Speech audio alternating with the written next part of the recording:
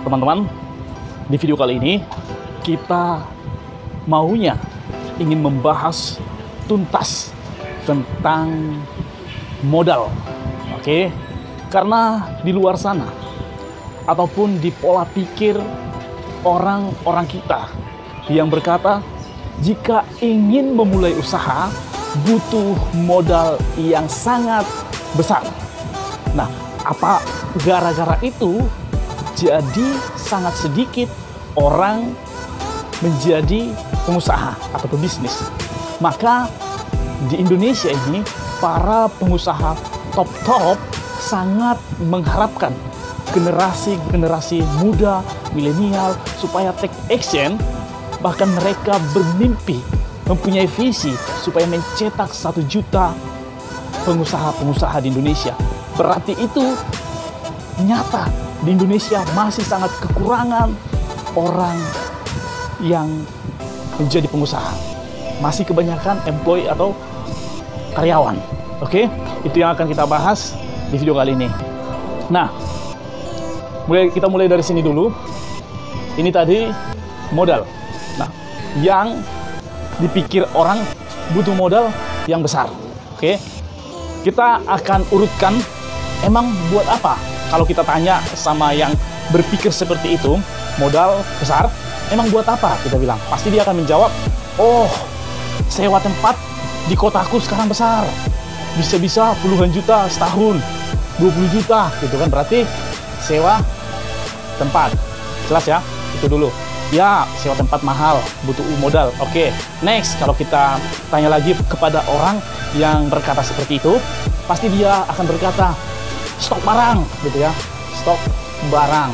Jadi kalau buka usaha itu kan harus ada stok barang, katanya. Oke, ya kita katakan seperti itu. Apalagi yang ketiga, kira-kira apa yang mereka katakan? Mungkin untuk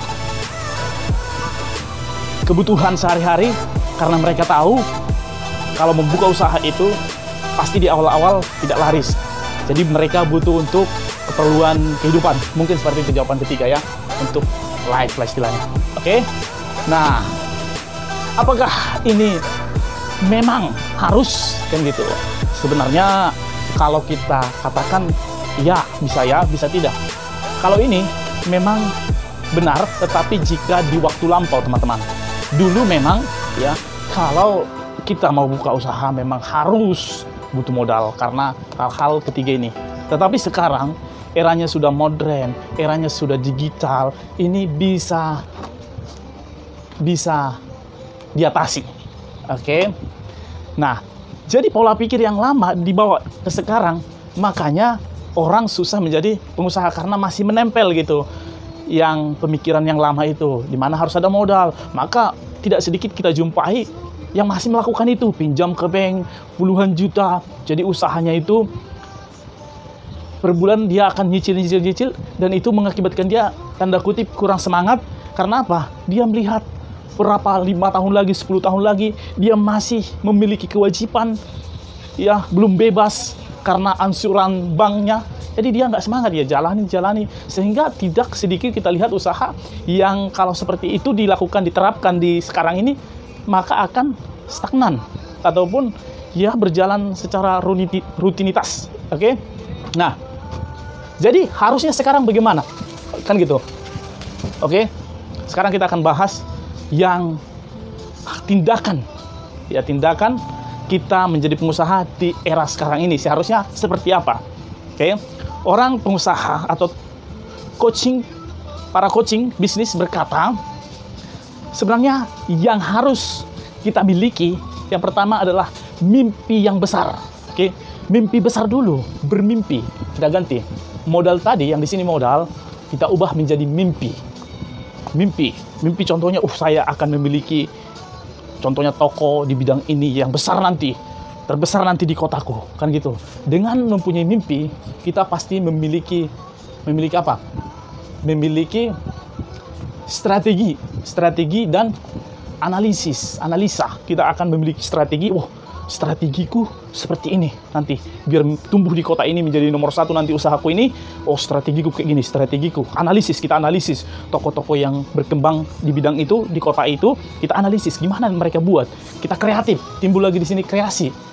Jadi orang yang maju itu kita contek ya, kita tiru tetapi kita modifikasi kan gitu. Nah, ini yang 3 ini. Padahal tadi ini sama-sama 3. Kalau masih ingat di yang tadi kita bahas pola pikir yang lama, tetap 3 kan? 3, yaitu tadi sewa tempat, stok barang, sama kebutuhan hidup. Ini berubah menjadi strategi, kan itu strategi dipikiri, strategi gimana tap supaya orang contohnya biar tahu gimana biar orang di rumah tetapi sampai barangnya supaya mereka nggak capek-capek, nggak gimana. Pokoknya strategi. Nah, itu yang pertama, dianalisa. Yang kedua analisis. Oh, gimana supaya saya beda dari yang lain. Dianalisis supaya bagaimana orang-orang memilih dia. Alasan orang-orang memilih toko saya, alasan orang-orang itu datang ke toko saya itu gimana? Dianalisis. Oke? Yang ketiga itu kreasi. Jangan hanya contek ya, dalam hidup ini memang hanya contek. Nggak ada hal-hal baru kata orang-orang sukses. Tetapi hanya itu saja. Yang penting kita masukkan kreativitas, kreasi kan gitu. Nah, 3 ini. Nah, udah mimpi kan, ini mimpi. Mulailah dengan action yang kecil. Mimpinya besar, actionnya kecil. Action yang kecil maksudnya apa? Apa yang ada, modal yang ada, dari situ dulu. Jangan minjam sana sini kan gitu. Berapa yang ada? Mungkin selama ini Anda mempunyai tabungan 5 juta. Iya, 5 juta itu dulu kelola. Kelolanya bagaimana? Kan udah ada strategi yang pertama tadi. Jadi pasti Anda tidak akan berkata, kan uangku 5 juta. Nggak akan ada pertanyaan seperti itu jika Anda sudah memiliki mimpi yang besar ini. Oke? Jadi modal ya yang kecil pun Anda akan mulai dengan memang kecil, seadanya, apa yang ada padamu itu dulu kelola. Karena Anda udah punya yang 3 ini, pasti Anda bisa melangkah, berlari, melompat, terbang, dan tercapai mimpimu. Oke? Walaupun itu 1 juta, pasti Anda bisa mengelolanya, memulainya. Karena apa? Jelas, memiliki mimpi yang besar dengan 3 statement tadi. Oke? Jelas. Iya kan? Jadi tidak ada pertanyaan, clear saya harapkan di sini. Very, very simple. Jadi walaupun nggak ada gitu. Oke, mungkin ada di sini yang berkata, iya, itu punya modal kecil. Aku 1 juta pun nggak ada. Contohnya, walaupun ini kosong. Contohnya uangmu kosong. Kalau Anda punya strategi, analisis, kreatif, ya, 0 tabunganmu contohnya, Anda bisa jadi reseller. Nah, barang Anda jual, Anda memiliki kreatif tadi, Anda kreatif gimana supaya barang itu beda sama Anda, ya kan? Memiliki strategi Anda cara menjualnya. Anda analisis. Jadi Anda reseller, barang orang Anda jual, kita jual reseller istilahnya sekarang. Sehingga dari situ ada komisi Anda, dari situlah Anda buat modal. Nah, ada lagi. Anda menjadi reseller orang itu sehingga Anda dipercaya. Sehingga yang memiliki barang itu, gudang itu, mempercayakan Anda.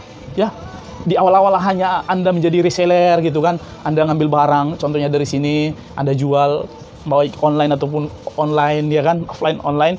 Tapi karena dilihat ini Anda memiliki jiwa seorang pengusaha, dapat dipercaya gitu ya, memiliki semangat sehingga mereka ini percaya samamu. Ya, toko ini, kita anggaplah ini toko yang besar. Jadi mereka percayakan Anda mengambil barangnya sebanyak apapun, kan gitu, 10 juta dengan tidak meminta di awal. Jadi tidak harus membayar di awal, melainkan bond, kan gitu. Jadi Anda memiliki barang di toko Anda tanpa harus membayarnya dulu karena dipercaya gitu loh. Jadi tidak perlu modal, barang full 1 gudang. Bukan punya Anda, tetapi contohnya ini pemilik gudang. Karena Anda dipercaya, Anda bisa ngambil barang di situ sebanyak apapun, kan gitu. Tetapi tunggu laku di toko Anda bisa cicil. Karena Anda udah dipercaya di awal. Anda dapat dipercaya, disiplin, dan bisa dipercaya, dipegang kata-kata gitu. Jadi Anda dikasih, kan gitu, dikasih. Nah, itu Anda punya stok barang, Anda punya supplier yang besar, sehingga Anda bebas. Jadi Anda menciptakan di sini, karena Anda udah punya barang, Anda menciptakan reseller. Anda mungkin menitipkan barang ke toko-toko yang kecil untuk menciptakan win-win.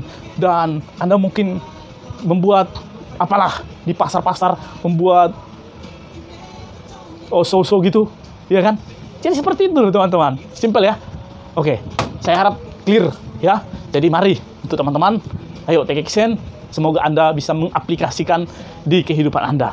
Saya tidak tahu bisnis apa yang cocok untuk Anda, tetapi Anda aplikasikan. Inilah strategi, inilah yang harusnya Anda pakai, jangan pakai yang pertama yang kita bahas ya. So, tidak modal yang paling utama, oke, tetapi mimpi. Mari, jika Anda mempunyai kemauan, di situ ada jalan. Oke, saya Priyono Tobing mengucapkan salam semangat, selamat berjuang, pastikan Anda coba dan memulai. Thank you.